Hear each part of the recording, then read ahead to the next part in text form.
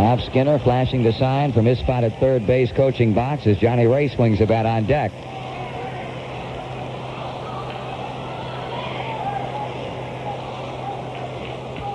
Russell throwing, and it's ball 4, and he has issued his first walk of the night with 2 outs in the ninth. So the Pirates still entertain hopes with Johnny Ray. As a result of that walk, Dave Concepcion and Tom Foley both come into the mound to talk with Russell.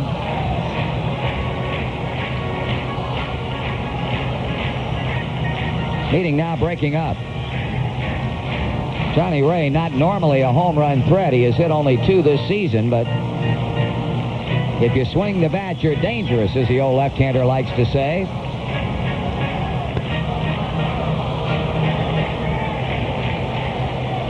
You got the more prominent threats coming up after Ray and Jason Thompson and Tony Pena. Now Russell trying to end it right here after walking Lacy with 2 out, and he gets a pitch in for strike 1 call.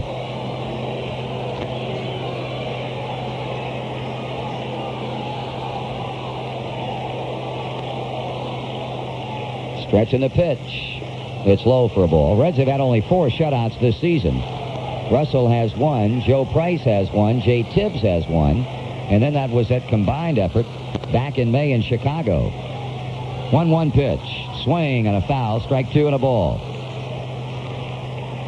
Chuck Tanner still banging his hands together down in front of the Pirate dugout. A grand total of 4 base hits all night long. 3 for Pittsburgh, and the Reds are trying to win it despite being held to only 1 hit. Tommy Helms trying to do a bit of defensive placement with some help from Pete Rose and George Scherger in the Reds dugout.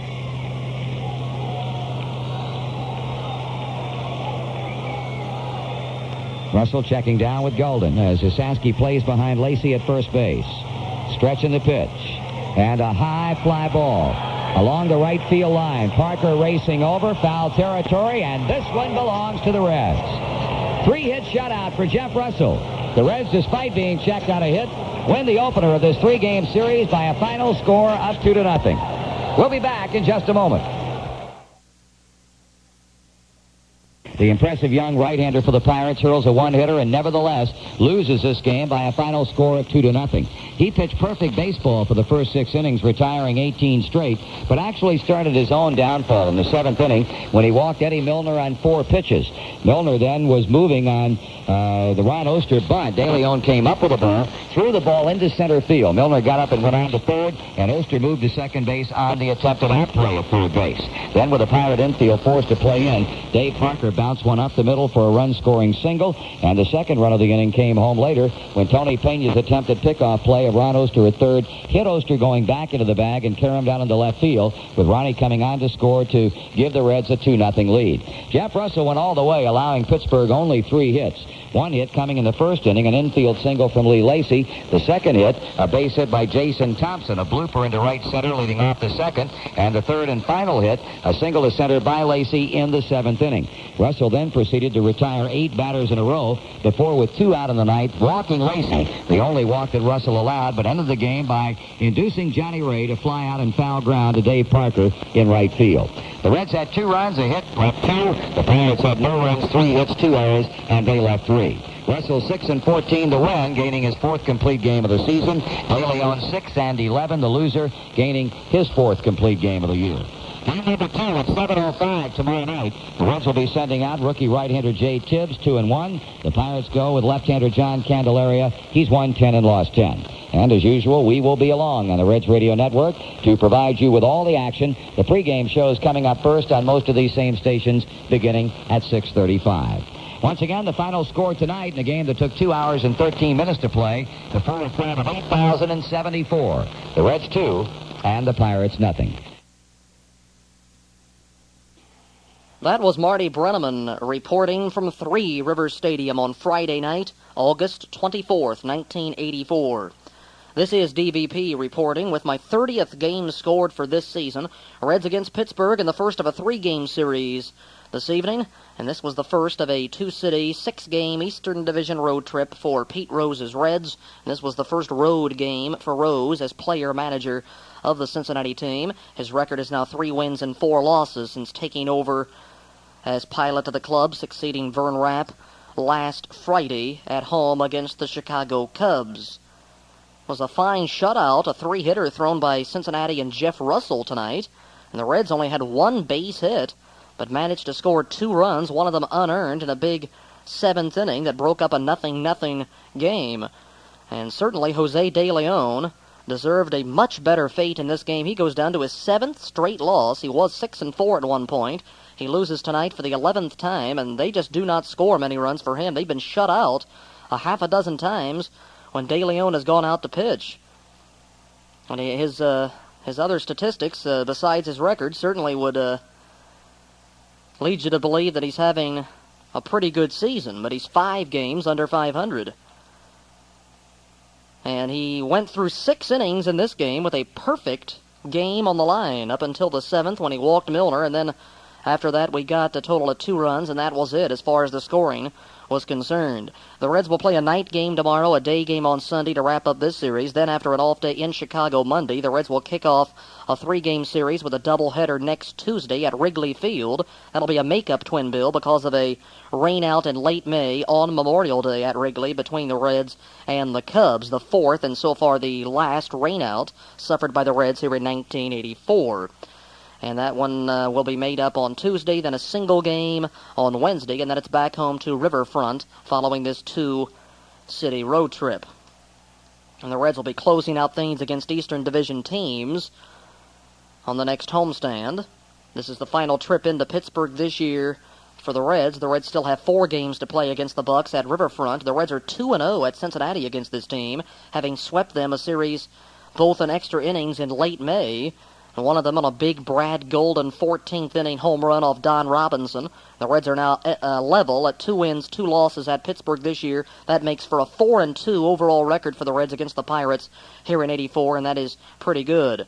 And the Reds have now gotten even with Pittsburgh as far as records are concerned, as the Cincinnati and Pittsburgh teams now have identical records of 54 and 74 on the season. Well, Pete Rose's first road game as manager of the Reds is a success, and this also was the debut for Jim Cott as new pitching coach of the Cincinnati team. It was announced after the August 22nd game at home against St. Louis that Stan Williams, who was in his first year as Reds pitching coach, had been fired from that capacity. And early the next morning, an off day, yesterday, Thursday, August 23rd, the Reds announced that Jim Cott, former Major League pitcher of some 25 seasons, had been named new pitching coach of the Cincinnati Reds. And his first game was tonight, and he just joined the club this afternoon. And he was down in the bullpen giving Russell a few tips, I guess, and, well, maybe he helped him out, because Russell went out and pitched a 3-hit shutout this evening. Jim Cott, new pitching coach for the Reds. 3rd pitching coach in the last 2 years. Pete Rose, of course, is the 3rd manager in the last 2 years. Last season, of course, Bill Fisher was the pitching coach. He was let go, as was Russ Nixon as manager, October last year. And then Vern Rapp took over as manager. Stan Williams hired as pitching coach. And now, here in August, we got Pete Rose succeeding Vern Rapp as manager. Jim Cott is the new pitching coach. And I imagine after the season ends, there will be some more coaching changes, because Pete Rose has his own ideas of who he wants as coaches on the baselines and in the dugout. I imagine George Sugar and Tommy Helms will be retained, but we could see Joe Sparks and Bruce Kim possibly given their releases at the end of this season, and Bob Howsam and Pete Rose will get together on who they want as coaches for 1985. But right now we do have a new pitching coach. It is Jim Cott, who played with Rose briefly, and very briefly, at the beginning of the 1979 season, which was Rose's first year as a non-Red with the Phils. And immediately, well, after that season started in April or May, Jim Cott was traded to the New York Yankees. He's been around. In fact, he has set a Major League record for the most seasons pitched in the Major Leagues consecutively. 25 years from 1959 through last year. July of '83, he was released by the St. Louis Cardinals. And, well, was not pitching at all this year, and I don't know if he was doing anything hooked up with baseball here in '84, but now in August he gets a chance to be a pitching coach for the first time, and with all that experience that he's had in both the American and the National Leagues, well, that only enhances his chances of becoming a good pitching tutor because of all that first-hand experience he has had at being in the middle of the diamond throwing the baseball. That has got to help him, and I imagine in his latter years in the major leagues, he was helping out the younger pitchers even as an active ball player with the Cardinals and the Yankees. He started with the Chicago White Sox. Actually, that's not true. He started with the Washington Senators in 1959, has the distinction of playing in 4 decades, the 50s, 60s, 70s, and 80s. He was with the Minnesota Twins, the Chicago White Sox, and with those 2 teams, he won 11 consecutive Gold Glove Awards in the 60s and 70s. A pretty good accomplishment there, so he's a good fielding pitcher. And he won 283 games, lost 237 in his career with a fairly decent earned run average. He pitched in 898 major league games, and that is a whole lot of times to the mound. After pitching for the White Sox, he was traded in 1975 to the Philadelphia Phillies. The Phillies had him for a while up until 79. He briefly played with Pete, and then was traded to the Yankees, and he played a little bit for New York, and then went to the Cardinals in 1980. Finished out his career with the Cardinals, pitched in 24 games last year, was released in midseason, and now surfaces again in Cincinnati with his old buddy Pete Rose. And so welcome Jim Kaat to the brain trust of the Cincinnati Reds, and well, if he helped out Russell tonight, and if he was responsible at all for this fine pitching performance, I think we can look for some good things from the Reds pitchers in the future. And I guess Stan Williams just wasn't getting it done. Obviously not, because under Williams, the Reds had a .430 team earned run average for 127 games, and only had 4 shutouts, 19 complete games under Mr. Williams. Although Stan came highly recommended out of the New York Yankees organization, and Bob Howsam hired him at about the same time that he hired Joe Sparks and Bruce Kim and Vern Rapp just after the '83 season concluded. And so another change on the Reds team. A lot of changes have been made. In addition to the manager and the coaching staff, also a lot of player moves have been made because this hasn't been the greatest season for the Reds. They're in 5th place, 20 games under 500. But tonight was a good sign, although they're not playing the best team in the league. We only get the 1 hit, but definitely make the most of it. And the pitching was good enough to hold off the Bucks throughout this whole game.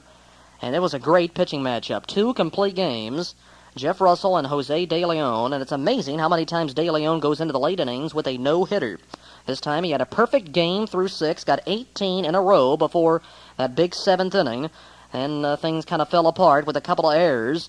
That's something that Billy Madlock pointed out on a pregame show today on the Reds Radio Network. Madlock's on the disabled list the rest of the year.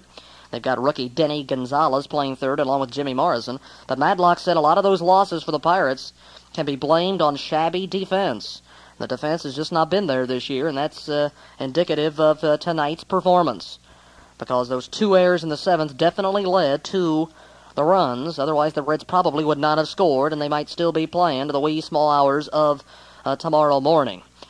And so the Reds are out hit 3-1, but we get 2 more runs than they do, because Jeff Russell was simply magnificent tonight, allowing only 1 base hit in the final 7 innings. He faced only 30 batters in the ball game, retired 24 of the last 26 that he faced, and had a string going until he walked Lacey with 2 out of the 9th inning, the only walk that he allowed this year.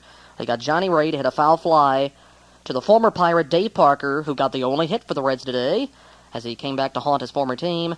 And Parker squeezed it running down the right field line to end this ball game and give the Reds their 54th win of the year and tie the Pirates as far as National League standings. Now, these are 2 of the 3 worst teams in the National League. The only team worse would be the San Francisco Giants in the NL West, who have the poorest record in baseball, but the Pirates are dead last and mired in it.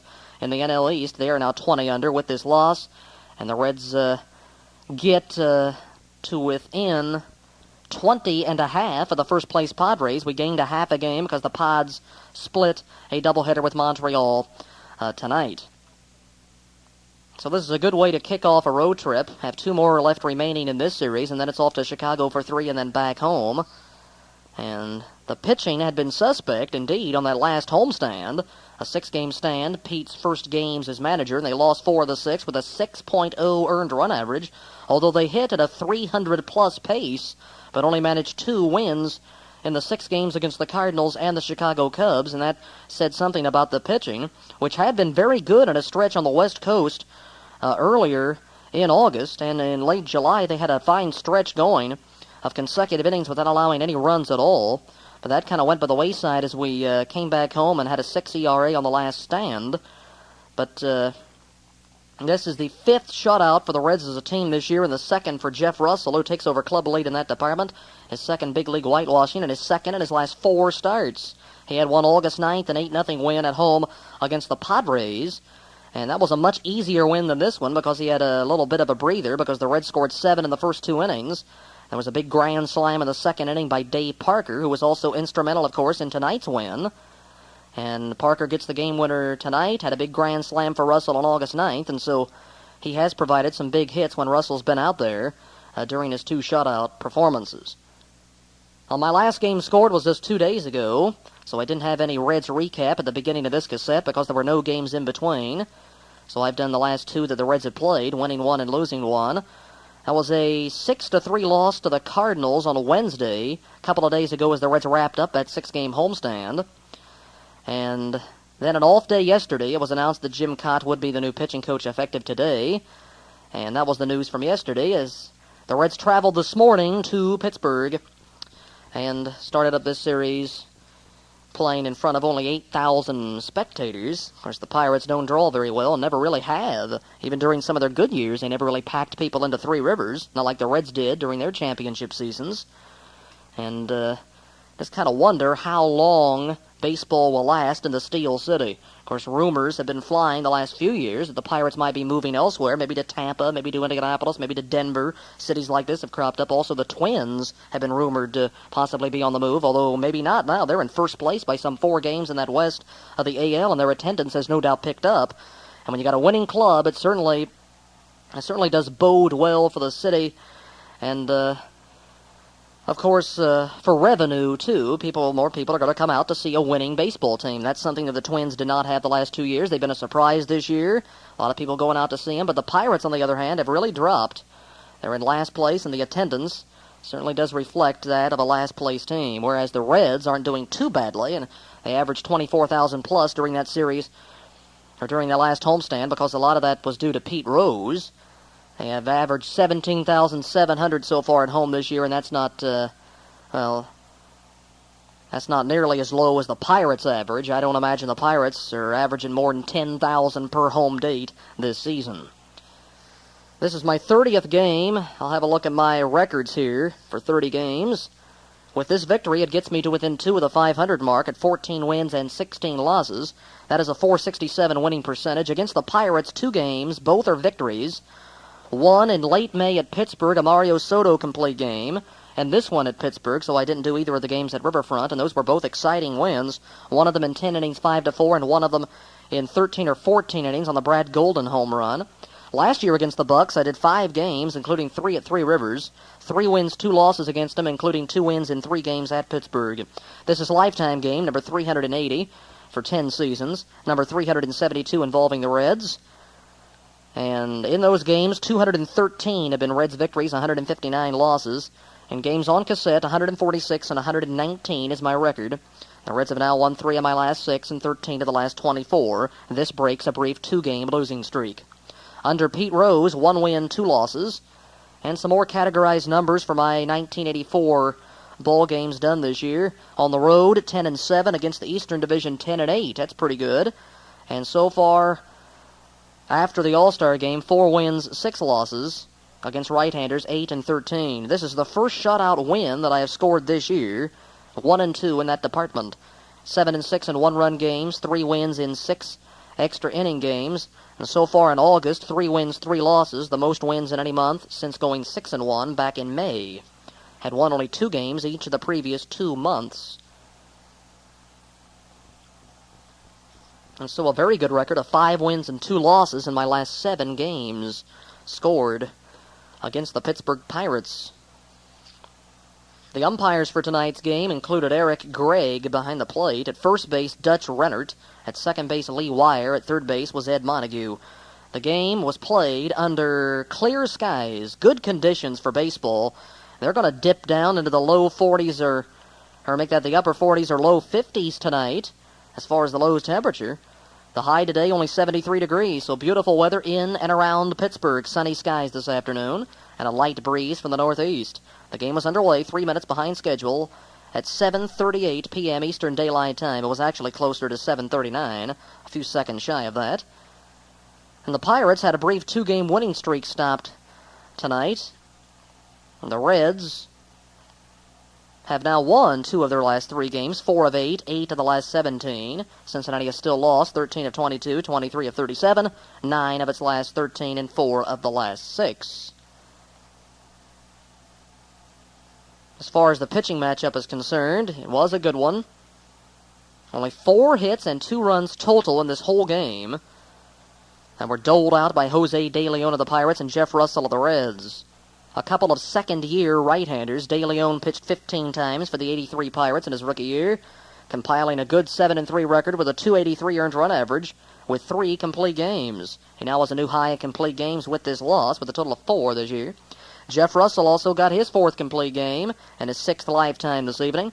Last year, of course, with the Reds in 10 starts, he won 4, lost 5 with a very good 3.03 ERA. This year, he's been struggling. He's coming off back-to-back losses in which he gave up a total of 14 runs in just 8 1/3 innings, and that was on the heels of the shutout performance. In his last 2 games, his ERA had risen from 3.54 to 4.20, and that was just after he got it down to 3.54 after blanking the Padres over 9 innings on August the 9th. But now he rebounds with another shutout performance, so hopefully this can get him on the right track for the rest of the year. Came into this game with the 4.20 earned run average, the highest it's been in quite a while. He gets his 6th win of the year. So he's won as many as De Leon, has only lost 3 more.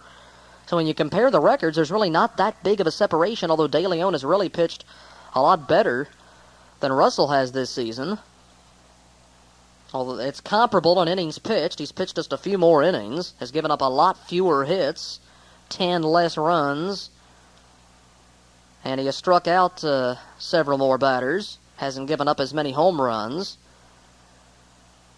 And, well, De Leon has quite a bit better earned run average than does Russell. But Jose has not been blessed with a lot of good fortune here in 1984, as is indicated by his record at 6-11 and a 7-game losing streak now. I found that hard to believe when I noted that in the papers tonight.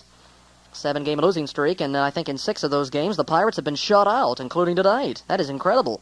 And they only scored 1 run in some of those other losses for De Leon this season. So they must be averaging about 2 runs or so per game when De Leon goes to the mound. He has pitched well enough easily to be in double figures in victories, if not possibly 12 or 13 by this point in the season. He has flirted with no-hitters about a half a dozen times this season. That is going into the 7th inning with a no-hitter. And last year he did it, I think, 3 times, once against the Reds. He pitched 2-hit shutout ball against Cincinnati and one of his 2 wins against us last year. So this guy's amazingly consistent early in the game. Then things kind of crumble for him later. I wouldn't exactly call a one-hitter a bad performance, but he does take the loss. It's because Russell didn't give up anything. So super tough luck loss tonight for him. The starting lineups look like this tonight. Eddie Milner led off in center field for the Reds as he makes his 3rd straight start after being out for a long time with hepatitis. Batting .257 with 27 RBIs and 4 home runs, or make that 7 home runs. Ron Oster batting second at second base. He wasn't able to extend his hitting streak tonight. It stops at 21 consecutive games, the longest for him in his major league career, the longest by a Red this year. So he was not able to get it to 22. Still a fine streak for Ron Oster. He batted .303 during that 21-game hit spill from July 31st through August the 22nd. This is the first time he's failed to hit in a game since July 29th at Los Angeles when Orel Hershiser shut us out by a 1-0 score on a 2-hitter. Oster came into the game batting .243. He's had 1 home run and has driven in 29. Dave Parker hitting 3rd in right field. He was on base twice in this game, had the only Reds hit to break up a no-hit bid for De Leon. He's never pitched a no-hitter. As I mentioned, has come close several times. He's pitched several 2-hitters. This might be his first 1-hitter ever. I'm not sure. I know he's got some 2-hitters. But this time he comes very close to pitching the no-hit game. He holds the Reds hitless for 8 of 9 innings, and the Reds don't leave anybody on base until the 9th. As De Leon only walked 3, and one of those was intentional, so he had a fine outing, even though he lost it. And Parker checks in at 280 on his average. His is the only average that goes up, because he's the only man to get a hit. And we had a couple of hitting streaks stopped tonight. Of course, Oster's was stopped, and so was Cesar Cedeno's at a modest 7 straight. And Parker leads the team in just about everything. In batting average also, when you exclude Dwayne Walker, 280 batting average, 14 home runs. That's his high since 1980. 71 RBIs. That's the most he's had in 4 years. Game-winning RBIs, 10. He gets his 11th tonight, and that bypasses last year's total of 10 with the Pirates. He's had 22 doubles this year. That leads the team. Leads in base hits, 136. Total bases with 200. And he has the second longest hitting streak on the team this year, which was broken up on May 12th at Riverfront by the Cardinals, a 12-gamer, which was his longest since he had hit in 11 straight last year. And that was broken up by Cincinnati, ironically. So a fine year shaping up for this former Pittsburgh Pirate. He got some boos and some cheers as he stepped to the plate in the first inning in this ball game. Of course, he played with Pittsburgh from 1973 through 1983, 11 years with that ball club, compiling a very good .305 lifetime average. And he was an all-star MVP with the Pirates in 1979, and of course, he hit .345 and did a good job in the 79 World Series against Baltimore, when Parker knocked in over 90 runs that year, helped him out in the World Series. And, of course, won back-to-back batting titles with that ball club and was MVP in 1978. So he had some fine memories in Pittsburgh, but the last couple of years were not pleasant ones for Parker at all. He was having to dodge missiles out there in right field, and the fans were on his case. He was getting a little bit pudgy, putting on some extra tonnage there, and he lost some of that weight over the winter and has really been rejuvenated, I think, as he comes back to the place where he was reared, Cincinnati, Ohio, and performs just great. He's up there, well, in years, I guess now. He's about 32 years old. He's in the lean years, I guess, but he's having a good year. Back to the days of the late 70s when he really sparkled with those Pirates. The Pirates right now are sorry that they let him go, because offense has been one of the main problems for Chuck Tanner's Pirates this year. The pitching is there, as is evident by the team ERA of 3.12, which is best in the National League, but the batting average is only .251, and granted that is 10 points better than the Cincinnati team batting average, and the Reds have scored more runs and are now even in the wins and losses. But that .251 average has not produced a whole lot of runs. They haven't been getting the clutch hit, which is what Parker provided in previous seasons. Parker hit over 300 after the All-Star break last year, so he's batting just about, I would say, 300 since the All-Star break in 1983. Did a good job in the second half of the Pirates last year, and I think that really sparked him. And he wanted to get out of Pittsburgh, and he did. Signed a 2-year contract last December with the Reds, and he has not disappointed the fans. This is the second time, of course, that Parker has returned to his old stomping grounds in Pittsburgh. Of course, they only played 2 series against that team at Pittsburgh this year. And back in May, he got, quite an ovation from some fans. First time he went back in there in another uniform, and some of the fans were really on his case the whole game, or all those games in that series, booing him fiercely. I think it kind of settled down in this series. I don't think anybody really cared. And, of course, a lot of people weren't into the game anyway. Only 8,000 came out to see the ball game. And the Pirate fans kind of disheartened now, what with this last place position that they occupy. Batting fourth in left field, Cesar Cedeno. He's hitting .271, has upped his average 25 points on the strength of a 7-game hitting streak, in which he batted .448, and that's now history. So he got his average over .270, and that rocketed up there in a hurry. So Cesar having a good time of it under Pete Rose in that number 4 position.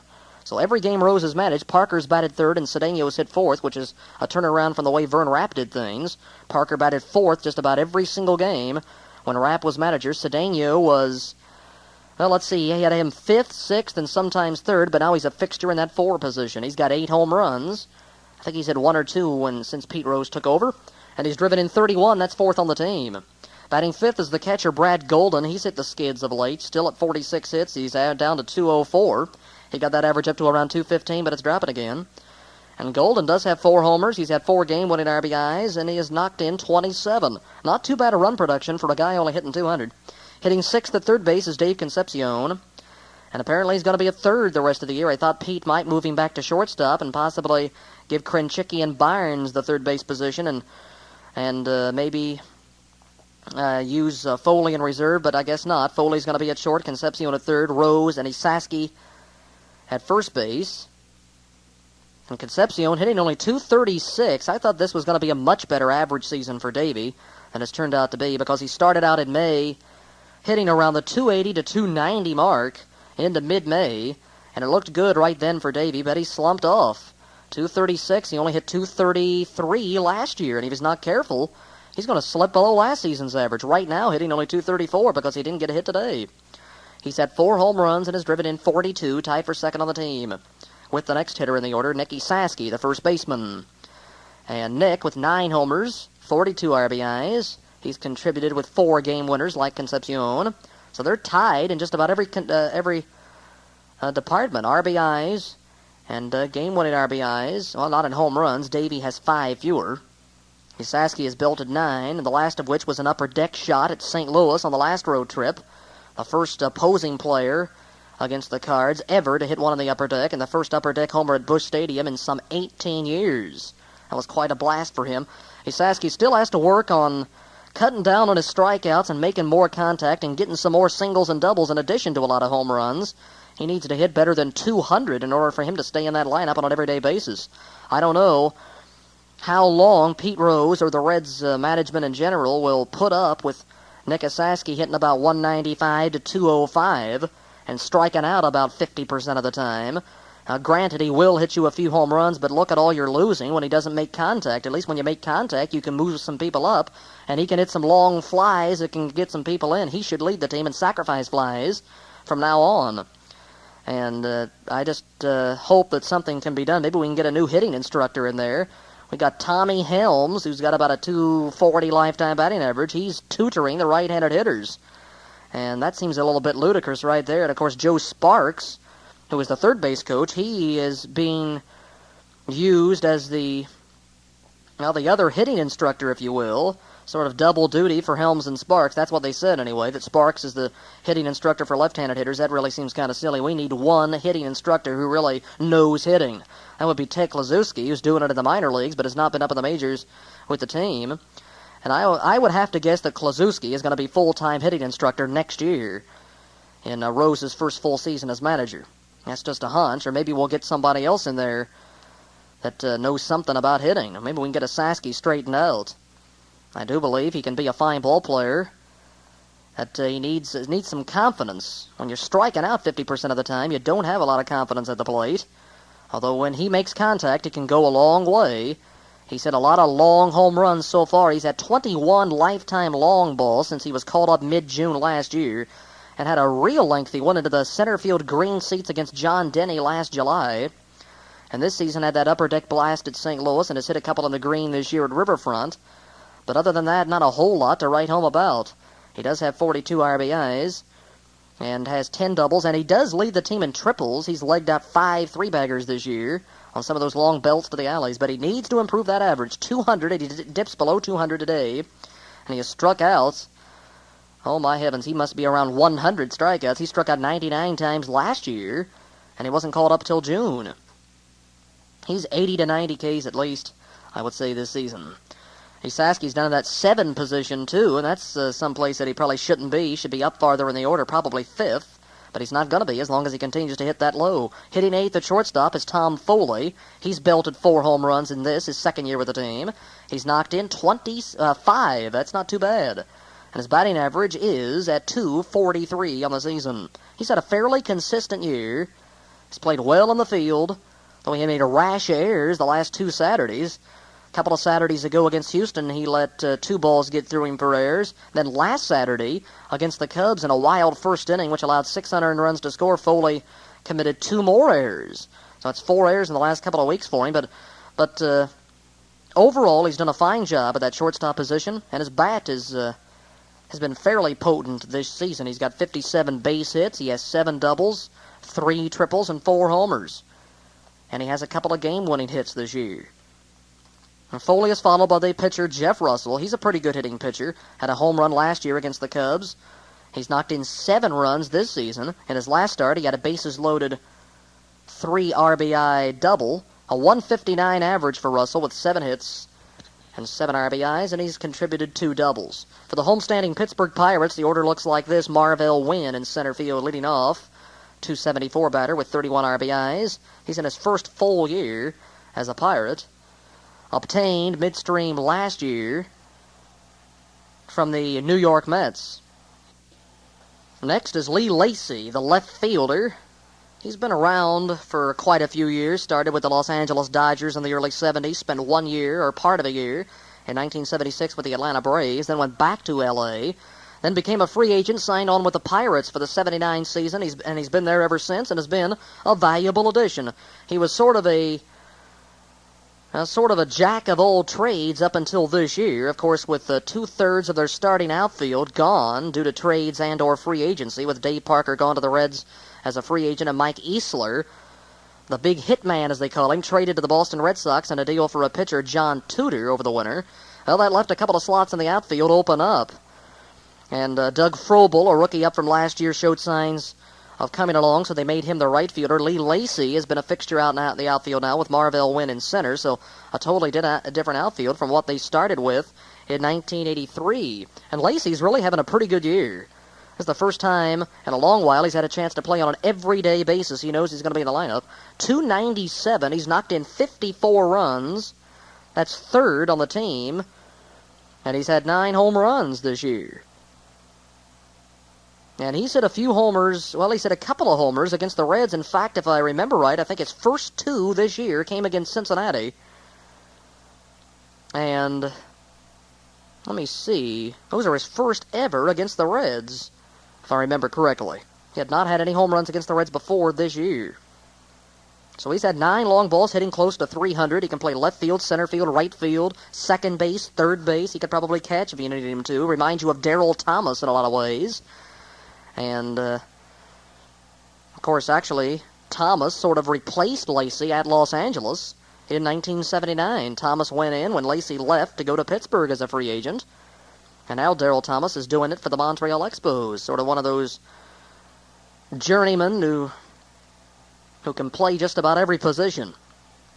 And pretty good hitters, too, both of them. Lacy is followed by Johnny Ray, the young second baseman, who was one of the top rookies in the National League in 1982. He was over 4 today, but is still hitting over 300. He's batting .308 through games of yesterday with 2 home runs and 42 RBIs. He plays a pretty good second base, too. He was obtained by the Pirates from the Houston Astros late in the 1981 season. And that was in that trade for Phil Garner. And turns out to be a pretty good deal, I guess, for both teams. Batting 4th at first base is Jason Thompson, left-handed batter, formerly in the American League with the Detroit Tigers and the California Angels. And I guess technically was a member of the New York Yankees for a second or two back in early April of '81 until that deal was voided by Commissioner Bowie Kuhn. They were going to trade Thompson to the Yankees, the Pirates were, in the deal for Jim Spencer.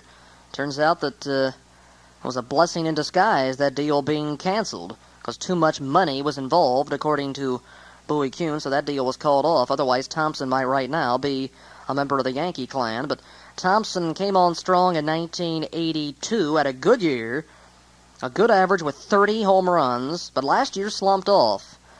Only hit something like .259 with 13 homers, and he's doing just about the same thing this year, so he hasn't had a real good year in the last 2. He's had 14 homers, 58 runs batted in, .257 average. Hitting 5th, the catcher, Tony Pena, .288 average for this fine young receiver. 10 homers, 56 runs batted in. He's in his 4th year as the Pirates' regular catcher.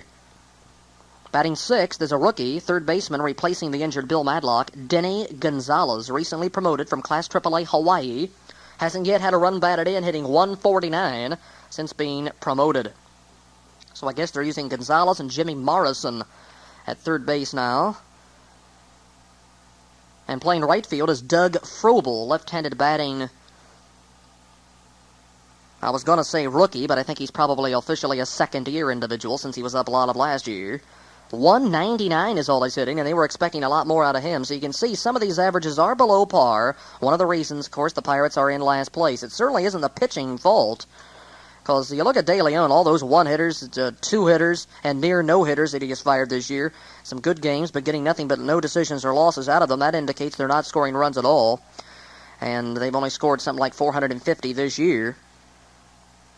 And that must be last in the National League because they have the best ERA in the circuit, which is incredible for a last-place team, and they're buried deep behind the fifth-place squad. And Frobel, well, they were expecting more than 199. He's had 10 homers. He's driven in 21. Hitting eighth at shortstop is Dale Berra. 9 home runs for him. He's had 16 doubles, a .238 average, and 49 RBIs. Batting ninth, Jose De Leon, hitting only 167, 1 run batted in. So there you have the setup on this contest. My 30th game of the year, and the second against Pittsburgh. And I'm a perfect 2-0 against that team this year with a couple of fine pitching performances. We beat them back on the 22nd of May behind one of Mario Soto's 13 victories, and that was a complete game.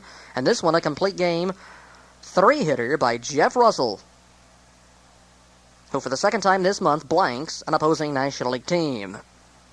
He had no shutouts last year, but had 2 complete games with just over a 3 ERA.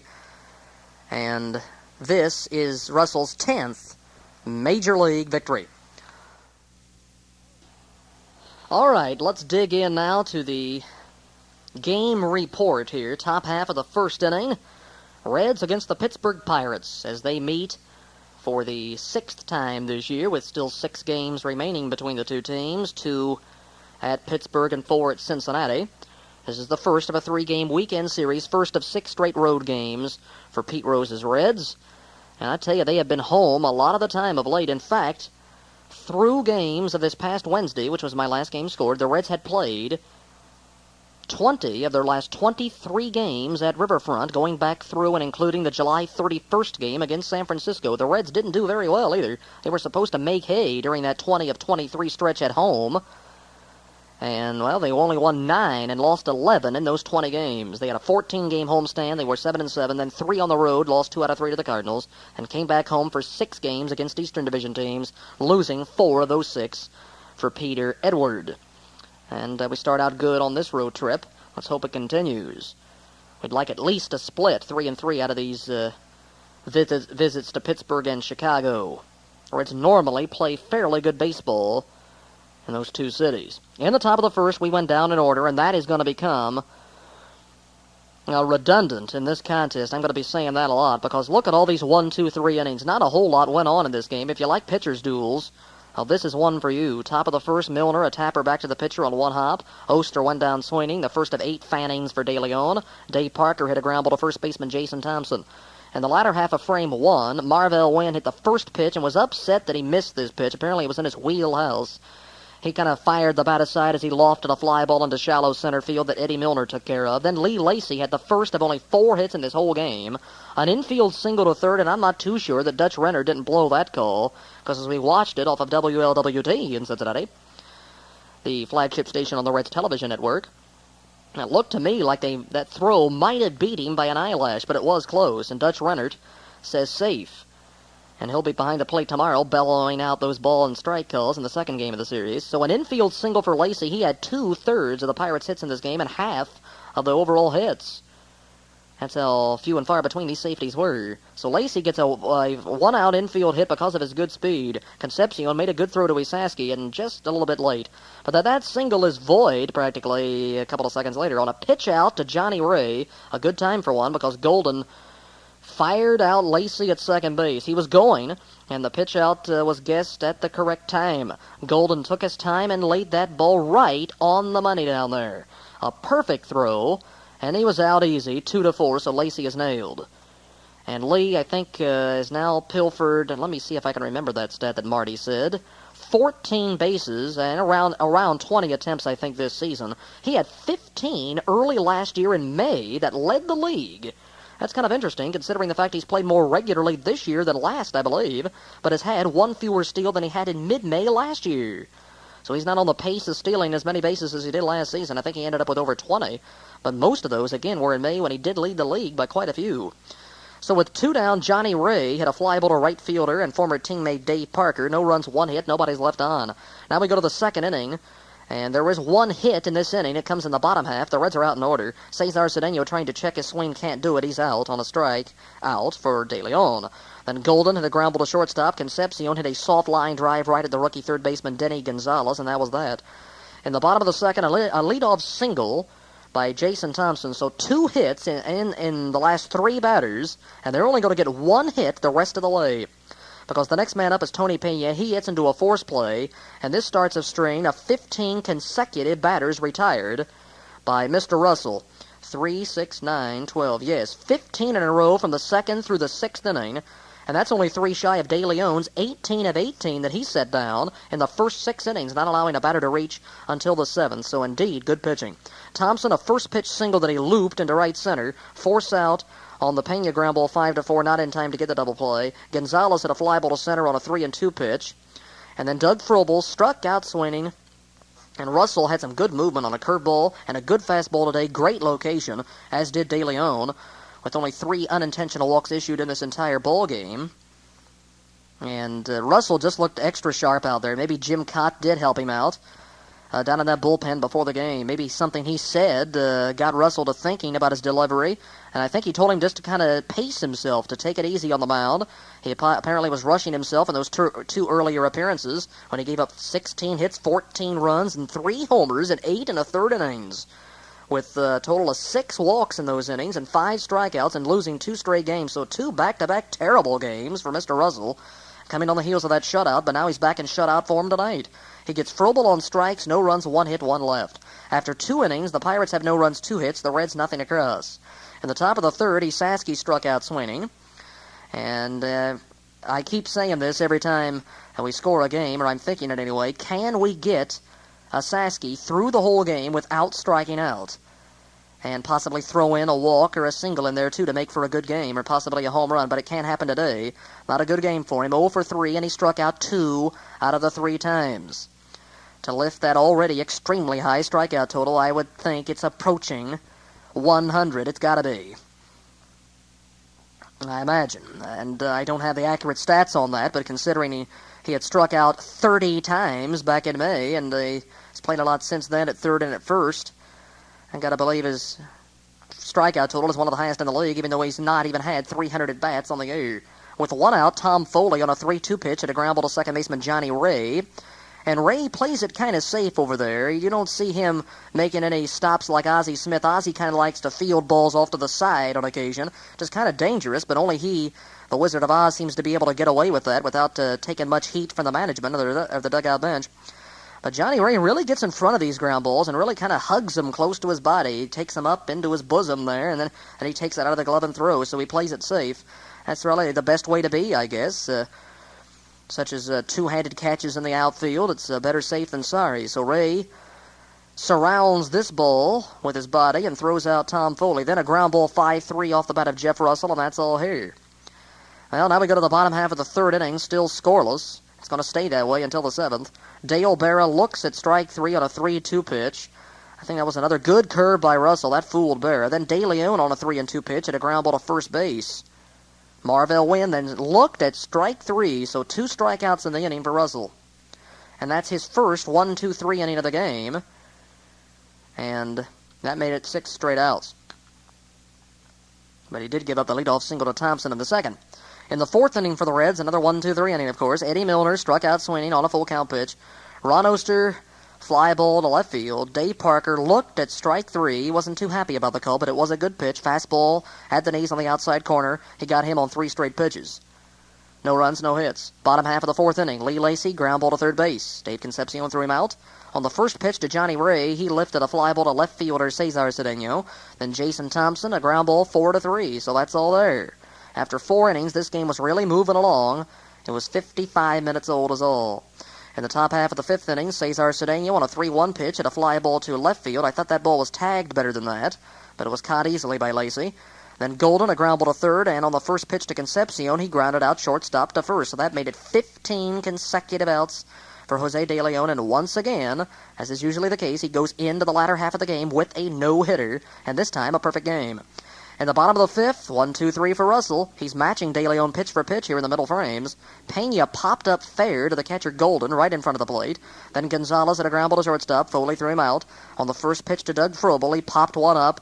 It was a little looper behind first and near the line, and Esaski made a good play going back and made the over-the-shoulder catch. His back was to the plate anyway. Good play by Esaski at first, and that's it. So a couple of pop-ups and a ground ball here in the fifth inning. And the game was only 1 hour and 6 minutes old going into the sixth, so this thing was moving. 2 strikeouts for De Leon in the sixth inning to stretch his string to 18 straight outs. Esaski looked at strike 3 on a full count delivery, and then Foley hit a fly ball to center field, and Russell struck out swinging. The count was full on him, too. And again, nothing across. In the bottom of the sixth inning, well, same deal, 1-2-3 inning for Russell. Berra foul popped to first base with the count full. On 3 straight pitches, he fanned De Leon swinging. Then he got Marvell Wynn on a harmless ground ball to Ron Oster. And the game was only 1 hour and 20 minutes old through 6 innings. I know you're interested in that. Well, now we get to some action. Top half of the 7th inning. And De Leon kind of has a little bit of a breakdown because he walks Eddie Milner on 4 straight pitches. Then Ron Oster and Dave Parker step to the plate. Oster puts down a sacrifice but is safe on an error. Then Parker comes up with the lone hit of the day for the Cincinnati offense. And we'll listen to these highlights as called by the old left-hander Joe Nuxall in the top of the 7th tonight. And the game is tied, of course, at this point, 0-0 in quite a battle of young right-handers. Here's how the Reds get 2 runs to actually win this game. Gonzalez in shallow at third. The stretch, and again the bunt, and it's bunted back to the mound. Up with the ball, De Leon throwing to second. He throws it into center field. Eddie on his way to third. Here's the throw over there, and it gets by, and into second goes Oster, and they have him on the corner at second and third with nobody out. De Leon, he fired that ball, and he missed Dale Berra by 10 feet. I don't know that he had a chance back there, but nevertheless, an error charged to De Leon, a sacrifice.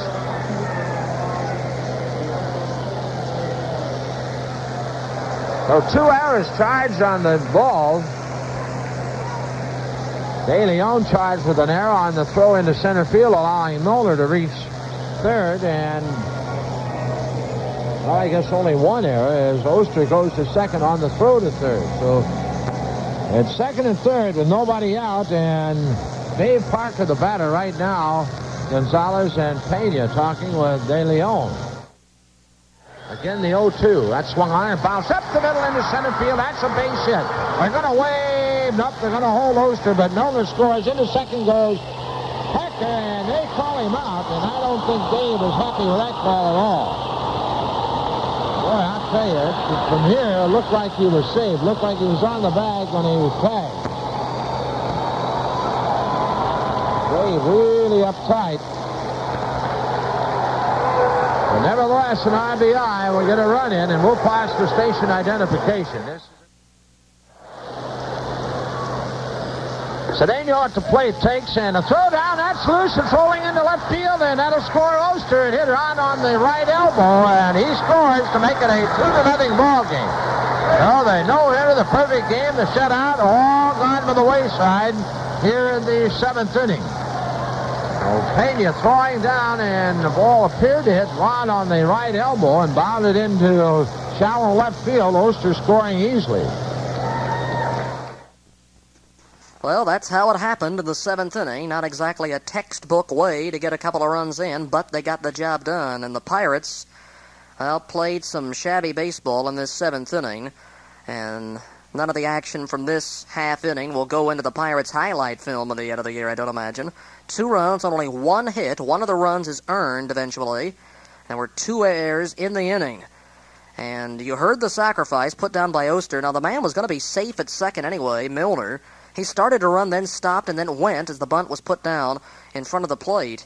De Leon came up with the ball and fired it over the head of everybody. He missed the shortstop by a good wide margin on into center field. Milner went to third base on the air. Oster gets the sacrifice. And you got to give him the sack because it did look like he was going to be safe at second even if the throw had been on the money. So bad judgment play by De Leon and a bad throw to boot, so a double error there really. But he gets charged with one error. And Oster goes to second base on the throw to third from the outfield, which hit something and then rolled over to the pitcher De Leon, who was doing his job and backing up third base. So big error by De Leon. There should be a man at second, one out, or if the throw had been true at second, first and second, nobody out. As it is, they're second and third, nobody out, and the Reds are in business here. Then on an 0-2 pitch, Dave Parker burns his former teammate with a base hit, bouncing ball single into center field, more toward right center, and that got the job done. Milner scored easily. Oster was held at third base as Wynn came up with the ball and threw it back to the infield. The ball was cut off on the mound by Jason Thompson, and then they nailed Parker trying to go to second base on the throw. And he wasn't happy about that call, as Joe Nuxhall said. It looked like he was in there, and Parker was really all over the umpire's case, and which in this case is Lee Wire, the big man down there, and that would have been quite a battle, wouldn't it? Parker, 6'5", against Lee Wire, who stands about the same. They didn't resort to physical violence, just a few verbal barbs thrown back and forth. And Parker, like he was saying quite a few bad things as he was going back into the Reds' dugout, third base side. But he's thrown out 8 to 3 to 6, the first out of the inning. Oster's at third base, a run in, a big RBI for Parker, and that is, my friends, the only hit in this game for the Reds. It came on an 0-2 pitch after he fouled a few pitches. A bouncing ball single into center, or right center, if you will. For Parker, an RBI is 72nd of the year. The most for Parker since he knocked in 7 more than that in 1980. The most by a Red since George Foster's 90, 3 years ago. And that leads the team now by 30 over the second-place people, Esaski and Concepcion. So what a year for Parker. He's definitely going to lead this team in RBIs and homers, unless Esaski or Walker or Cedeno go on a tear the last 5 or so weeks of the season. And that turns out to be, of course, the game-winning RBI, the 11th such hit for Parker this season. That leads the team by 7. So he's positively going to lead there, and that's one more than Parker had all of last season. That also equals a club high over the last 3 years, including this season. Because in 1982, Cedeno led the team in game winners with 10. Last year, Reedus led in game winners with this total of 11. So Parker's going to bypass all these team highs from last year and the year before when the Reds finished in the gutter both of those seasons. So he has indeed been a strength for the Reds this season. So he gets thrown out at second, but still aggressive base running. He gets the single. That's what counts. Milner scores. Oster's at third, and then he scores a pitch later as Cedeno took a ball, and Pena fired the ball to third in an effort to pick off the Red second baseman. It hit the elbow of Oster, bounded into left center field. That's an error on the catcher. Oster scored easily to make it a 2-0 game. So the Pirates making it easy for the Reds here, throwing the ball away on 2 different occasions. At first of all, a bad judgment play by De Leon. He should have thrown to first. Then, if he had to throw to second, why did he have to throw it into center, the Pirates are asking. But he did. And then Pena fires one away, looked like Brad Golden on occasion. He throws it into left field. Then Cedeno hit a shallow pop into left field, a nice running catch by shortstop Dale Berra. And I think, well, in my judgment, this pop-up makes one of the runs earned, because they're counting this as a possible sacrifice fly ball. When you take away the errors in this inning, which is what an official score has to do to reconstruct the inning to see which runs are earned, Milner walks, sacrificed by Oster without the error. They're at first and second. Single by Parker did not score a man from second. There's no reason to think that it would have here, although Milner's running. That possibly is where one of the runs becomes earned, but I would put bases loaded at this point. Nobody out. And Parker's out on the bases, so you just got to take him off, even though, of course, he wouldn't have gone there had the error not been made. But, all right, let's make it at second and third then, 2 down. And Cedeno's make that 1 out. Cedeno's pop-up into shallow left, I think, is the thing that makes one of these runs earned. I think that's the only thing that can make it earned, too, unless you count Milner as scoring from second on the Parker hit, although he does have better speed than Oster. But Oster did not score from second on that particular hit. Golden grounded out 4-3 to end the inning, but nonetheless, one of the runs is charged as earned against De Leon. Really, that's kind of a shame, too, because in the long run, I doubt if anybody should have scored here. If he'd have thrown to first base, been a runner at second, and, well, I doubt it. I doubt if anybody would have scored without those errors. So 2 runs, 1 hit, 2 errors, nobody left on base. I was saying if De Leon had thrown to first on that sacrifice, I think everything could have been alleviated as far as the Pirates' misery is concerned. So we send 5 men up, 2 of them score, and that's all the scoring in this game. So the perfect game was gone as Milner walked, and then 2 batters later the no-hitter's gone, as is the shutout bid. He does get the complete game, but all those other niceties are gone. In the bottom of the 7th inning against Russell, Lacy leads off with a single into center field, his second hit and the Pirates' final hit. And then he retires 8 consecutive batters. 8 straight batters are retired after this. Johnny Ray fly ball to deep right center. Nice catch by Milner on the track. And then Thompson tagged one to deep right center that was caught by Milner. And Pena lined out to left fielder Cedeno, so they hit the ball hard, but nothing to show for it. No runs, they hit 1 left, and the Reds lead it 2-0 after 7 innings. In the 8th inning, the Reds go down in order again. So after the bad inning, De Leon gets him in order for the 7th time in the game. Concepcion went down swinging. Esaski hit a fly ball to left fielder Lacy on a 3-2 pitch, and Foley grounded out to first base unassisted, and that was that. In the bottom half of the 8th, Russell gets a pinch hitter, Lee Mazzilli, batting for Gonzalez, on a strikeout. He got him swinging, and that brings up Doug Frobel. He grounds out to first baseman Esaski, an easy play on a 3-2 pitch. Then on the first pitch to Berra, he flies out to center field, and that was that. So still a shutout going through 8 innings. The game was only 1 hour and 55 minutes old through 8 frames. So it took exactly 1 hour to play innings 5, 6, 7, and 8. That's not bad time. In the top half of the 9th inning, De Leon still toiling out there. Had Berra gotten on base, there would have been a pinch hitter there, and it would not have been a complete game for Jose. But since they didn't get down to his number 9 position in the 8th inning, he was able to complete it. And he had 2-out walk problems here. He walked Oster on a 3-2 pitch after Russell hit a foul pop to third and Milner grounded out to first with the count full. Oster's at first base.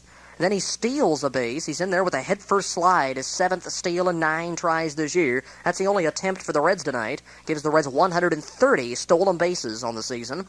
The leader is Reedus with 44. Milner's had 18 but hasn't had a stolen base since mid-June. Concepcion 16. Cedeno 11. And Oster is now tied Parker and Davis with 7 stolen bases apiece. The Reds have a 71% success rate, which isn't too bad. And Oster's up there, his most stolen bases in a few years, I think. 7 in 9 attempts. And then they walk Dave Parker, and somewhat strange with a 2-2 count. Although Parker had hurt them in his earlier at-bat, they decide to intentionally walk him. They make balls 3 and 4 deliberate. And that proves to work okay because Cedeno on the first pitch had a fly ball to medium depth left field, and Lacy was able to put that one away, and that was all. No runs, no hits, and 2 men left on, the only men left in the game for Cincinnati. It would have been kind of nice if we would have left nobody on base. What a strange line that would have been, as it is odd. 1 hit, but we win the game, and nobody left on base, but we leave 2 in the 9th. In the bottom half of the last inning, a pinch hitter for De Leon, Mitchell Page, a lefty swinger. He struck out swinging on a 3-2 pitch. And I tell you, that ball that he struck out on was up in the strike zone around the letters, and if he got a hold of that, he could have sent it into orbit. I think he got that curveball a little bit higher than he wanted to, but he had Page guessing fastball, and he went down swinging. Of course, Mitch Page started in the Pirates organization, was traded over to the Oakland A's in another Phil Geiner deal in 1977, and had some pretty good years with Oakland. Now comes back to Pittsburgh and is playing the role of a pinch hitter, extra man at first base and in the outfield. Just recently signed by the Pirates. Mitch Page batting for De Leon. So that's 1 out. Marvell Wynn is next up. He grounds out easily to the first baseman. An easy play for Esaski. Then Lee Lacy continues the inning with a base on balls. The 3rd time he's been on base. So they had only 4 base runners in this game, and 3 of them were Lacy. He had 2 of the hits and the only walk, and the only other base runner was the hit by Thompson, a looper, into right center to lead off the 2nd inning. So Lacy walks, and that was on 4 straight pitches, too, although I thought ball 3 was strike 1, but it's not. Then Johnny Ray hit a foul fly to right field. Dave Parker, long run for the 230-pound former Pirate. And into foul territory, he made that snap one-handed catch to end the ball game and give Jeff Russell his 6th victory of the year, his 4th complete game, his 2nd shutout, and his 2nd whitewashing this month, 2nd in his last 4 starts. And Parker's been an integral part of the offense during those 2 shutouts with a grand slam in his first one and the game-winning hit in this one in the 7th inning this evening. In the 9th inning for the Pirates, no runs, no hits, a walk, no errors, 1 man is left on base. A great game for the Cincinnati Reds, although we only amass 1 hit, but it's enough. Reds 2, and the Pirates nothing. Well, it's time now to break out the sheets of paper marked final statistics, and we'll run down all the final data for the players that played in this game. Not a whole lot of players, only 21 used in the game, 12 for Pittsburgh, and the minimum 9 used by the Reds. Of course, each team had a complete game added to its totals. And for De Leon, they kind of feel sorry for him, especially with what he's gone through lately. All those games in which the Pirates have been shut out and he's been on the mound. A 7-game losing streak. He had a pretty good year. Apparently in mid-July sometime he was 6-4, but has not been able to have a victory. At least the last month. I'd have to look that up. I would have put that down in my notes if I'd known about it, but I didn't realize that. We didn't have that on the radio or TV tonight. They didn't say it. But indeed, he does have a 7-game losing streak according to the papers, so he must not have had a victory since sometime in early July. For Cincinnati, number 20, Eddie Milner led off. He was out in center field, caught a few fly balls, was hitless on the day, 0 for 3, he walked one time, and he did score 1 run. He scored the winning run that Parker knocked in the 7th inning. Now we'll take a look at his updated average. We got Milner down now to 255 on the year, 69 hits. His slugging average is at 387, not too bad. Hitting second at second base is number 16, Ron Oster. He was officially 0 for 2, and that stopped the hitting streak. It's too bad he couldn't have had 4 walks or 4 sacrifice bunts or something. That would have kept it alive. But he ran into a tough customer in De Leon. He struck out, flied out, sacrifice, and a walk, so 0 for 2 officially. That ends his 21-game hitting streak, the longest by a Reds player since Pete Rose hitting that record 44 in a row back 6 years ago. And still, Oster's hit safely in 32 of his last 37 games. He's batting .242 on the year, 102 base hits this season. Longest hitting streak for Oster's career. It eclipsed his old one by 6 games. He had in 15 in a row 3 years ago. And that's the longest by a Red. Of course, this season, eclipsing Dave Parker's 12-game hitting streak, so we went 9 beyond that. The longest hitting streak last year was Dan Dreesen, 12 straight. But Ronnie did score 1 run. He was 0 for 2 with a run scored and a walk and a sacrifice. Hitting third and right field is Dave Parker, number 39. In his very first at-bat at Pittsburgh this season, he had a run-scoring base hit and delivers a big hit tonight. 1 hit in 3 at-bats with 1 intentional walk and the only RBI in this entire baseball game. His 72nd of the year, and that's his 17th RBI in his last 17 games, and his 8th RBI in his last 7 games. He's had 3 homers in his last 7, and he's had 5 home runs in his last 17 games, starting with a home run that he hit against the San Diego Padres into the green seats at Riverfront earlier this month. To up his home run count now to 14. That's within 3 of last year's club high of 17 that was stroked by Gary Reedus. Hitting fourth and left field, Cesar Cedeno. He's number 28.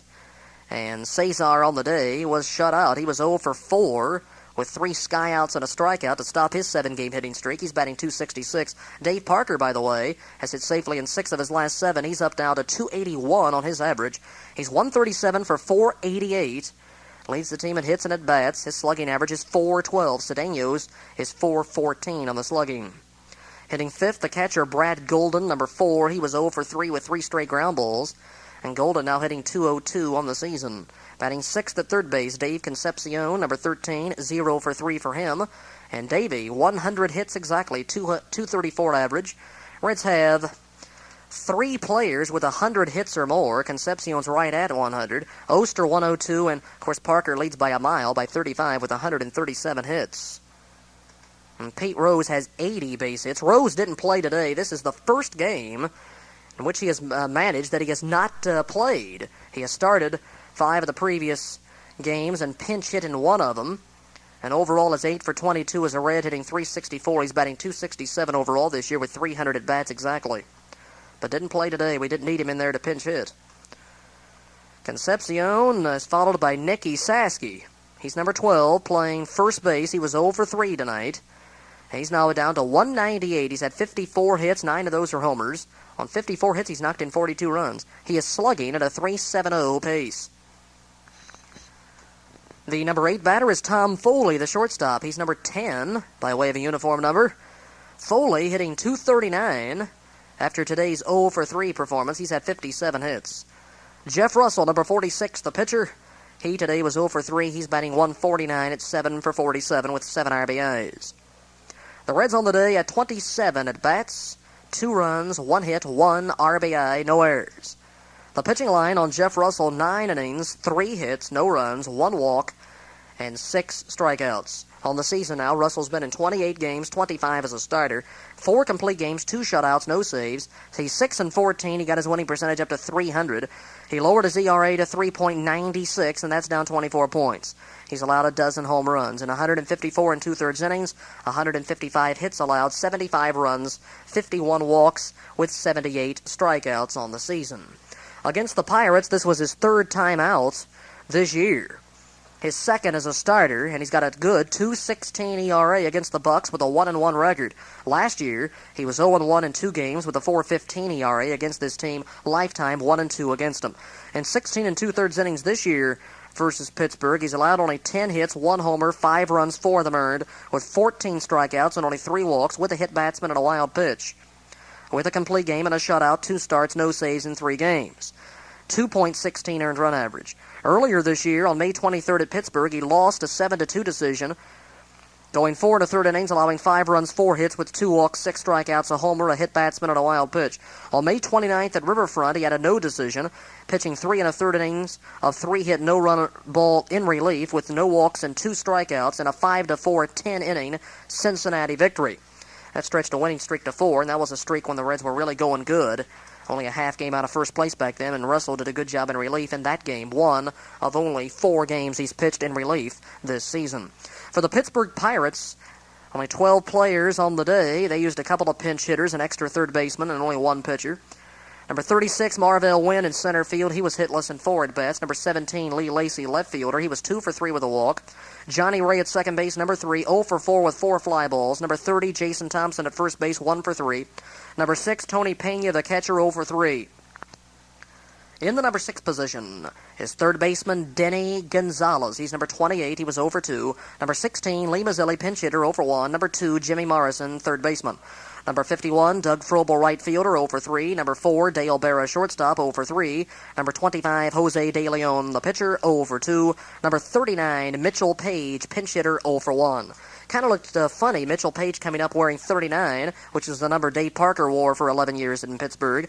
And it kind of reminded you of Parker, kind of looked like him from a distance, up there batting left-handed and sort of big like Parker, and sort of reminded you of Dave stepping in, wearing his number, 39, with the Pirates this year. First player since at least 1972, other than Parker, to wear that uniform number for the Pirates. The Pirates on the day had 29 at-bats, no runs, 3 hits, and they committed a couple of costly errors. Pitching line on Jose De Leon, 9 innings, allowed just the 1 hit, 2 runs, 1 of them earned. He walked 3, 1 of those walks intentional. He struck out 8 batters in the game. On the season now, he's been in 24 games. This was his 22nd start. 4 complete games, 1 shutout, no saves. He's allowed 8 home runs. He's 6-11 with a 3.39 earned run average, down from 3.53. This was his first appearance against the Reds this season, and his 3rd lifetime. He's 2-0 against, or make that 2-1 against Cincinnati, including 2-0 last year, including a complete game 4-0 2-hit shutout August 20th at Pittsburgh in 1983. This season, in 156 and 2/3 frames, he's allowed only 118 hits. That's an outstanding ratio of under 7 hits per 9 innings. He's allowed 65 runs, 68 walks. He has struck out 131 batters. That's 7.5 per complete game outing. He's a 6'3" right-hander, weighs 210 pounds. He was born in December of 1960 in the Dominican Republic, a 23-year-old youngster who now has won 13 games in the majors as opposed to 14 defeats, including 7-3 last year in his rookie season. As far as these teams' records are concerned, they are identical. The Reds in 5th place in the West with a 54-74 record after 128 games, and the Pirates with that same record of 54-74 in last place in the East. The Reds are 20.5 games back. The Pirates are 21.5 games behind their front-running Cubs, who won today behind Rick Sutcliffe's 12th victory. So each team has played 128, and each team has won 54, and that is a .422 winning percentage. So there you have the particulars on this ball game, and some categorized stats now, not a whole lot. A game-winning RBI, Parker. There were no doubles, no triples, no homers. Only 4 base hits. 2 runs, 1 hit, no errors. 2 men left on for Cincinnati. No runs, 3 hits, 2 errors, 3 left on for Pittsburgh. So only 2, 4, 2, and 5, the total line for both teams. Jeff Russell, 6 and 14, the winner. Jose De Leon, 6 and 11, the loser. The game time, 2 hours and 13 minutes. My clocking was just a hair under 2:14. Attendance paid in total $8,074 at Three Rivers Stadium. Sacrifice bunt by Oster, stolen base Oster, caught stealing Lacey, errors by De Leon and Pena. And some team data here for the Cincinnati Ball Club. Reds are now 24 and 40 away from Riverfront. They're 28 and 35 against the East, 5 and 11 in shutouts. This, by the way, equals the number of shutout victories the Reds had last year when Mario Soto had 3. Bereni and Pastore 1 apiece. The Reds were 5 and 10, I think, last season at the end of the year in shutout games. The Reds so far in August are 10 and 13. They're 3 and 4 under Pete Rose. They're 15 and 26 since the All-Star game, with this being the 20th complete game thrown by Reds pitching this season as Jeff Russell moves into second place with number 4. Reds team ERA drops a bit to 4.27. The team batting average falls a couple of points. Reds hitting only .239 right now. That's exactly where they finished up last year. Team slugging average of .352. The Reds have had 1,035 base hits, 86 home runs. A pretty good record in one-run games at 23 wins and 20 defeats. The Reds have scored 489 times this season. That's 3.8 runs per game. A couple of other batting averages for you. Skeeter Barnes, 156. Dave Van Gorner is hitting 182. Pete Rose hitting 267 on the year. Gary Reedus with a 6-game hitting streak, batting .268 this season. Wayne Krenchicki at .239. Tony Perez at .235. Eric Davis, who's on the disabled list with a knee injury, .205. And Dwayne Walker, .298 to lead the ball club. So that's it from my desk right now. Good news today. The Reds win, and I win my 14th game scored this season. Cincinnati shutting out the Pirates 2-0 in the first game of this series. And now we move along to the scoreboard. The standings through August the 24th. In the National League East, the Cubs at 75 and 52 own a 5.5 game lead now over the New York Mets. Philadelphia's 6 back, then Montreal, St. Louis, and the Pirates. In the West, the Padres by 9.5 over the Houston Astros, who have vaulted themselves into second place ahead of Atlanta and Los Angeles. The Dodgers have dropped to 4th, and they are 12.5 games back at 62 and 66. The Astros, 66 and 64. They've got one of the better records in Major League Baseball, along with the Yankees, since the All-Star game. The Padres still hold a commanding 9.5 game lead over the now second-place Astros. The Pods are 74 and 53. That's the second-best record in the National League behind Chicago. It's Houston, Atlanta, L.A., Cincinnati, San Francisco. The Reds 3 games up on the 50 and 76 Giants at this particular moment. In the American League East, the Tigers, they're talking about a magic number now, I'm sure, in Detroit, as they lead by 11 games over the Toronto Blue Jays. And those BJs having a good year with 72 victories, but nothing compared to Detroit's 84 and 45. A .651 winning percentage. And my golly, they are some 39 games over 500 at .651 on the percentage. So if they win tomorrow, they will be 40 games over 500. Man, what a season they've had. Baltimore's in third place, but they're 15 back. New York, which is now 7 over, 16 behind. Boston, Cleveland, and then the cellar-dwelling Milwaukee Brewers at 53 and 75. That is the second poorest record in the major leagues at a .414 percentage. They're 30.5 back. In the West, Minnesota leads by 4 over the Angels and Kansas City. Both of those teams 1 under. Minnesota 67 and 60. Then it's the White Sox, A's, Rangers, and Seattle Mariners. Now let's check out Major League box scores for this Friday, August the 24th. And first of all, in the American League, there was one 10-inning ball game with the Yankees coming out on top. They played excellent baseball since the Midsummer Classic last month. 6-4 winners in 10 over the Seattle Mariners tonight.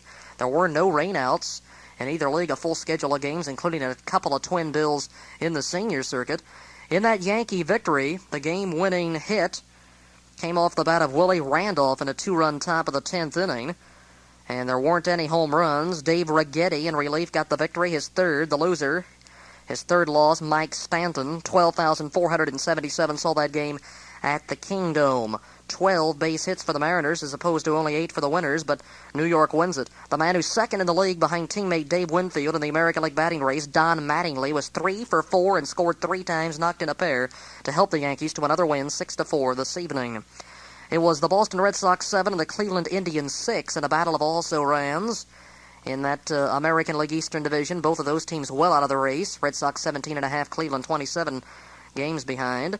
But yet it was an exciting ball game as the Indians scored 2 in the top of the ninth but fell a run shy. Red Sox scored 6 in the middle 3 innings there, 3 in the fourth, 3 in the sixth inning. No homers in that game. The winner was Dennis Oil Can Boyd. He's 8 and 9. He struck out 9. Loser is Steve Comer, 20,812. Saw that game at Boston. The Minnesota Twins took a fall today. The Blue Jays beat them 6-2 by scoring 5 times in the final 3 trips. Dave Collins stole 2 bases to give him 44. And that would match Gary Redus right now, who has 44 for the Reds. Home runs for George Bell is 20th, and Tim Tuffle hit his 13th, the latter one for Minnesota. Winning pitcher, his 13th victory, Luis Leal, and lefty Jimmy Key came on to notch his 5th save. Loser, Rick Lysander. 26,602. As I said, attendance picking up in Minnesota. Pretty good crowd there at the Metrodome. 6-2 Toronto. In other American League events, the Baltimore Orioles defeated the Oakland A's 4-2 with 3 in the first inning. And home runs there by Eddie Murray, number 23, Carney Lansford, number 10. Rick Dempsey is 7th, the winner all the way with 7 strikeouts. Mike Boddicker, he's 16 and 8. That comes on the heels of a fine 1983 rookie year for the young right-hander. Loser Steve McCaddy, 13,688 saw that game at Oakland. Texas shellacked the Milwaukee Brewers 10-3. That's something like the 6th loss in the last 7 games for the Brew Crew, who lost a doubleheader the other day to the Twins of the makeup variety because of an earlier rainout. Milwaukee got 3 in the first, and that's all. And Texas had 3 3-run innings en route to the 7-run victory. 14 hits, including 4 for 5 for Texas's Gary Ward, and 6 RBIs. And Ward had a home run, possibly a grand slam, his 14th homer of the year. Winner, Frank Tanana, he's 14 and 11. The loser is Bean, 22,672. Saw that game at Milwaukee. That's become kind of a desolate place, although not a bad crowd tonight. And the Brewers have really fallen like the proverbial rock into dead last in that division. Okay, here we go to a couple more American League final scores. A big 4-run first inning for Johnny McNamara's California Angels led them past the Detroit Tigers 5-3 in a battle of ex-Cincinnati managers, Anderson against Mack. On only 6 hits, California managed the victory. A game-winning ribby for Reggie Jackson is 8th. Home runs for Chet Lemon is 17th, and for Marty Castillo, catcher for Detroit, a solo blast is 1st of the year. The losing pitcher went all the way. He's 15 and 7, Dan Petrie. The winner went 8, Mike Witt, 12 and 10. Don Ossie got a save. They had a good crowd at California. 41,459. The Angels win it. The big first inning, 5-3 over the Detroit Tigers. And it was Kansas City 5 and the Chicago White Sox 2. And Bud Black and Dan Quisenberry lost a bid for a shutout in the last inning when they got a couple of runs. Black 13 and 10, and Quizzy his 34th save, and I believe that ties Suter for the Major League lead. Floyd Bannister loses. He's still got a good 11 and 8 mark. Then newcomer Dan Spillner, recently obtained from Cleveland, 31,707. Good crowd at Royals Stadium. Over in the National League now, in the first game of a twin bill, Montreal beat San Diego by a 4-1 count with 3 in the 6th inning. Gary Carter gets his 14th game winner, and Bobby Ramos has his 2nd home run. Winner Steve Rogers does his 5th win, a 19th save for Jeff Reardon. Mark Thurman took the loss. In the second game, San Diego came back with 2 in the top of the ninth to edge Montreal and gain a split in the twin bill, 5-4. Steve Garvey is 13th game winner. No home runs. Winner, Rich Gossage is 8th. A save number 3 to former Red Greg Harris. Loser, Jeff Reardon. 34,626 saw the twin bill split up in Canada. At Philadelphia for a single game in 10 innings, Philadelphia scored a victory 6-5 over the Los Angeles Dodgers. Home runs for Mike Schmidt is 26th and Steve Yeager is 4th of the year. The winner was Kevin Gross in relief, and the loser in relief was Jerry Royce. He's only 1-2. The run was unearned that made the Phillies victors, 35,541 at the bet. In another doubleheader split, or make that a sweep, the San Francisco Giants took 2 by 1 run over the New York Mets. Giants 7, Mets 6 in the first game, San Francisco 6 with 3 in the 7th, and New York 5 in game number 2. Home runs in that first game by Bob Brindley from nearby Coshocton, Ohio. He had a pair, in fact, to give him 16. The winning pitcher was Frank Williams, 7-2, and a 13 save for Greg Minton. The loser was Jesse Orozco. He's 8-5 and out of the Met bullpen. In that second game, Frank Williams got another win, so 2-0 in the doubleheader. So 8-2 on the year, and Minton another save. So an instant replay is 14 save. Losers Walt Terrell 9-10, 31,834 saw the doubleheader sweep, and sad news for those fans at Shea Stadium. Giants win 2-7, 6, and 6-5. In a single game at the Astrodome tonight, the Astros scored early, and they scored often for a 7-2 victory over the St. Louis Cardinals on a Terry Poole game winner. The winner went all the way with a 5-hitter, Joe Niekro. He's 13-9, and Ricky Horton loses for only the third time in 11 decisions. Only an hour 56 for that game. They had 16,374 under the glass at the Dome, and there weren't any home runs, not surprising in that place. And finally at Chicago in a whitewashing, one of two shutouts in the majors today, the Reds involved in the other one. 3-0 Cubs over the Atlanta Braves, and an amazing story for Rick Sutcliffe, the former Rookie of the Year with the Dodgers 5 years back. He's 12-1 now since going to the Cubs in mid-June from the Indians. A 5-hit shutout today. He's been incredible. Losers Rick Camp, 35,496 packed the place at Wrigley Field. And the Cubs go home winners 3-0 over Atlanta. And a home run by Ryne Sandberg, number 16. So there you have the scoreboard, and once again the final from Pittsburgh tonight. Reds 2 and the Pirates nothing behind the pitching of Jeff Russell. 2 hours, 13 minutes to play it. 8,074 saw it from the stands. And until next time, so long.